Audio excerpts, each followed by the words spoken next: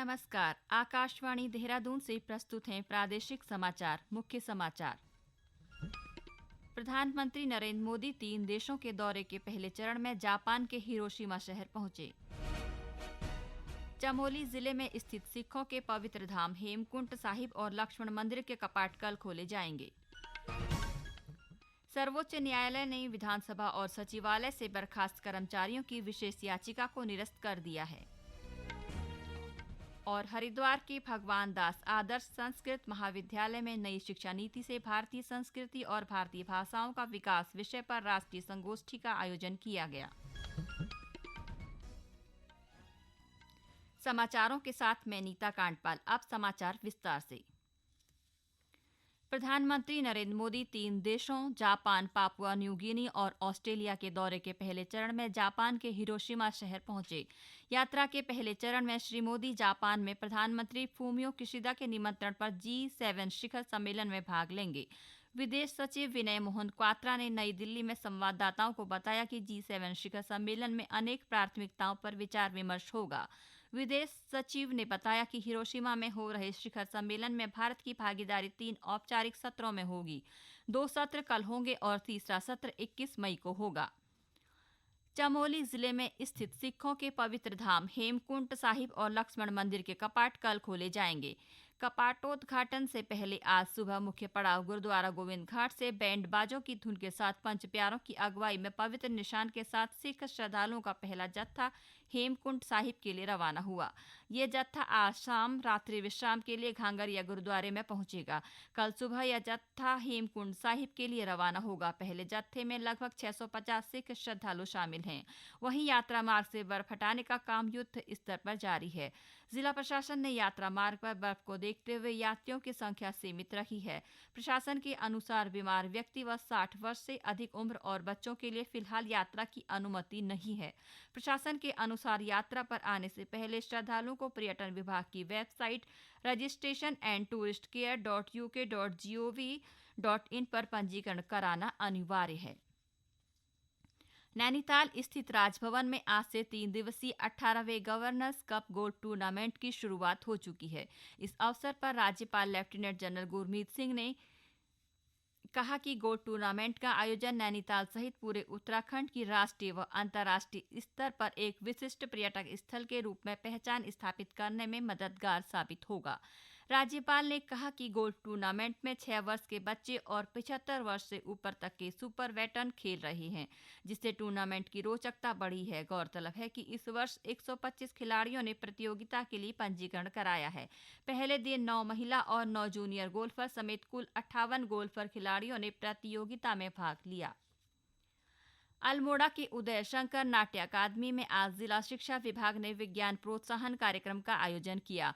विद्यालयों में अध्ययनरत छात्र छात्राओं ने कार्यक्रम में प्रतिभाग किया। कार्यक्रम को संबोधित करते हुए मुख्यमंत्री पुष्कर सिंह धामी ने कहा कि विज्ञान की उन्नत तकनीक के बल पर ही देश और राज्य आगे बढ़ते हैं। जिले के मुख्य विकास अधिकारी अंशुल सिंह ने विज्ञान प्रोत्साहन प्रदर्शनी का निरीक्षण किया और छात्र छात्राओं से मॉडल की जानकारी ली।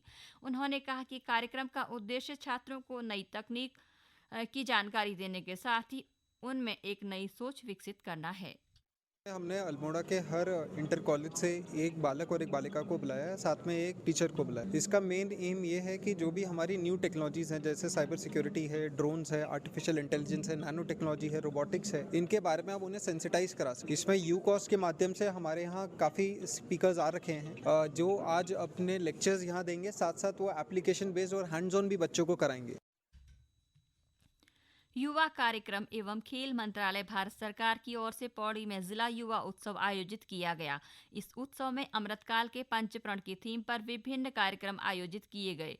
नेहरू युवा केंद्र के जिला युवा अधिकारी शैलेश भट्ट ने बताया कि युवा उत्सव के तहत फोटोग्राफी, चित्रकला, काव्य लेखन और विकसित भारत का निर्माण विषय पर भाषण प्रतियोगिता और अन्य प्रतियोगिताएं आयोजित की गईं। प्रतियोगिताओं में लगभग 250 प्रतिभागियों ने प्रतिभाग किया। एवं खेल मंत्रालय के अंतर्गत नेहरू युवा केंद्र संगठन द्वारा पूरे देश भर में सभी जिलों में आयोजन किया जा रहा है। माननीय प्रधानमंत्री जी के अमृतकाल के पंच प्रणों पर एक कार्यक्रम है और इस कार्यक्रम में देखिए विभिन्न प्रतियोगिताएं हमने आयोजित करी। मोबाइल फोटोग्राफी प्रतियोगिता से लेकर काव्य लेखन और चित्रकला प्रतियोगिता, भाषण प्रतियोगिता और सांस्कृतिक कार्यक्रम, इन सभी कार्यक्रम का आयोजन का ये लक्ष्य था कि बिल्कुल गाँव से स्तर से हमारे युवा उठ करके आए और इस जिला स्तरीय के बाद राज्य स्तर में और फिर नेशनल लेवल पर, राष्ट्रीय स्तर पर अपने आपको प्रदर्शित कर सके। ये समाचार आकाशवाणी केंद्र देहरादून से प्रसारित किए जा रहे हैं।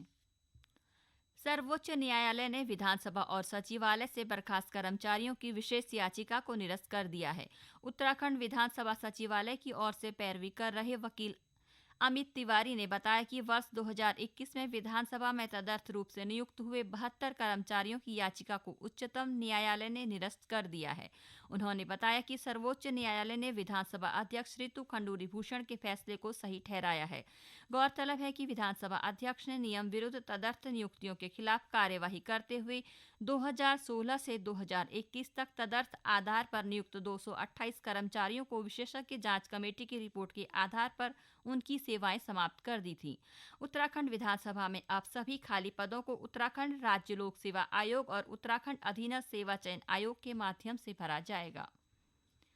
हरिद्वार के भगवान दास आदर्श संस्कृत महाविद्यालय में नई शिक्षा नीति से भारतीय संस्कृति और भारतीय भाषाओं का विकास विषय पर राष्ट्रीय संगोष्ठी का आयोजन किया गया। संगोष्ठी में नई शिक्षा नीति में भारतीय संस्कृति और भाषाओं के विकास को लेकर चर्चा की गई। गोष्ठी में वक्ताओं ने कहा कि नई शिक्षा नीति में भारतीय संस्कृति व प्राच्य शिक्षा पद्धति के समावेश से लोगों को भारतीय संस्कृति व भाषाओं का ज्ञान होने के साथ ही उनका सर्वांगीण विकास भी होगा।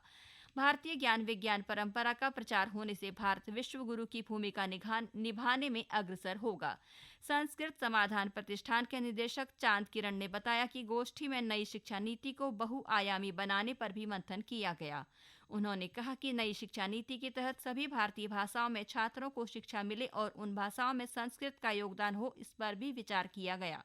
भारतीय शिक्षा का स्वरूप आगे संस्कृत के साथ कैसे आश्रित हो 21वीं सदी की शिक्षा के लिए, वह इसका एक मूल तत्व था। इसी के साथ साथ एक मूल तत्व था मानवीय मूल्य। बहुत अच्छी तरह से ये शिक्षा नीति मानवीय मूल्यों की चर्चा करती है, करुणा की चर्चा करती है, सहानुभूति की चर्चा करती है, परस्पर प्रेम की चर्चा करती है, सद्भाव की चर्चा करती है, यानी कैसे एक मानव को दूसरे मानव से मिलाने के लिए संवाद स्थापित हो, उसकी चर्चा करती है। 21वीं सदी के कौशल में विशेष रूप से संप्रेषण की प्रक्रिया, कम्युनिकेशन जिसे का, उसकी चर्चा करती है।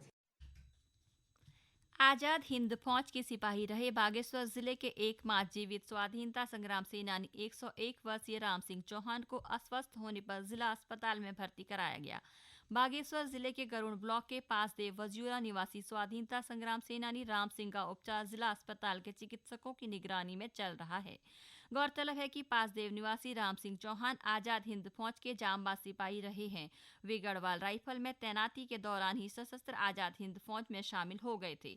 नेताजी सुभाष चंद्र बोस ने उनके साथ उन्होंने आजादी के आंदोलन में बढ़-चढ़ कर सहभाग किया।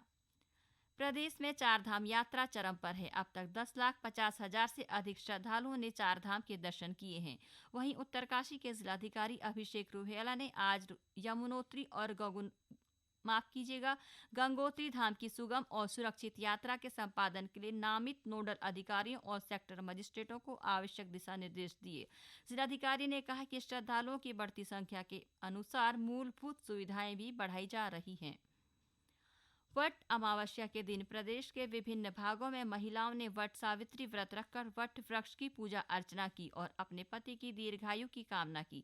बागेश्वर और चंपावत जिले में सुहागिनों ने पति की लंबी उम्र की आयु के लिए व्रत रखा। बागेश्वर के बाबा बागनाथ मंदिर सहित विभिन्न मंदिरों में महिलाओं ने सामूहिक रूप से बरगद के पेड़ की पूजा अर्चना की। बागनाथ मंदिर में पूजा के लिए आई महिला उमा गुरु रानी ने कहा कि आज के दिन पति की दीर्घायु के लिए व्रत रखा जाता है। भैया, ये अखंड सौभाग्यवती का व्रत होता है। वट सावित्री का सभी माताएं बहनों को हमारा प्रणाम है, प्यार है। सभी ये वट सावित्री का व्रत करते हैं। इससे पति की दीर्घायु लंबी उम्र के लिए व्रत किया जाता है। अखंड सौभाग्यवती परिक्रमा 7 परिक्रमा की जाती है वट सावित्री वृक्ष की, और इसलिए बागनाथ जी की भी पूजा हो जाती है। वहीं चंपावत जिले के नागनाथ सप्तेश्वर नरसिंह और अन्य मंदिरों में भी सुहागिन महिलाओं ने पूजा अर्चना कर पति की दीर्घायु की कामना की। चमोली स्थित पर्यटक स्थल एस्ट्रो विलेज बेनीताल में आज से 3 दिवसीय एस्ट्रो पार्टी का आयोजन किया जा रहा है। इस एस्ट्रो इवेंट में खगोलीय दुनिया देखने का अवसर विभिन्न राज्यों से यहां पहुंचे पर्यटकों के साथ ही अंतरिक्ष व खगोलीय घटनाओं पर बारीकी से नजर रखने वाले खगोल प्रेमियों को मिलेगा। वर्ष 2021 में राज्य सरकार ने इसी एस्ट्रो विलेज घोषित किया था। इसके बाद यहां 1 माह का एस्ट्रो कैंप आयोजित किया जाएगा, जिसमें विभिन्न गतिविधियां होंगी। अंत में मुख्य समाचार एक बार फिर। प्रधानमंत्री नरेंद्र मोदी 3 देशों के दौरे के पहले चरण में जापान के हिरोशिमा शहर पहुंचे। चमोली जिले में स्थित सिखों के पवित्र धाम हेमकुंड साहिब और लक्ष्मण मंदिर के कपाट कल खोले जाएंगे। सर्वोच्च न्यायालय ने विधानसभा और सचिवालय से बर्खास्त कर्मचारियों की विशेष याचिका को निरस्त कर दिया है। और हरिद्वार के भगवान दास आदर्श संस्कृत महाविद्यालय में नई शिक्षा नीति से भारतीय संस्कृति और भारतीय भाषाओं का विकास विषय पर राष्ट्रीय संगोष्ठी का आयोजन किया गया। इसके साथ ही प्रादेशिक समाचार का ये बुलेटिन समाप्त हुआ। नमस्कार।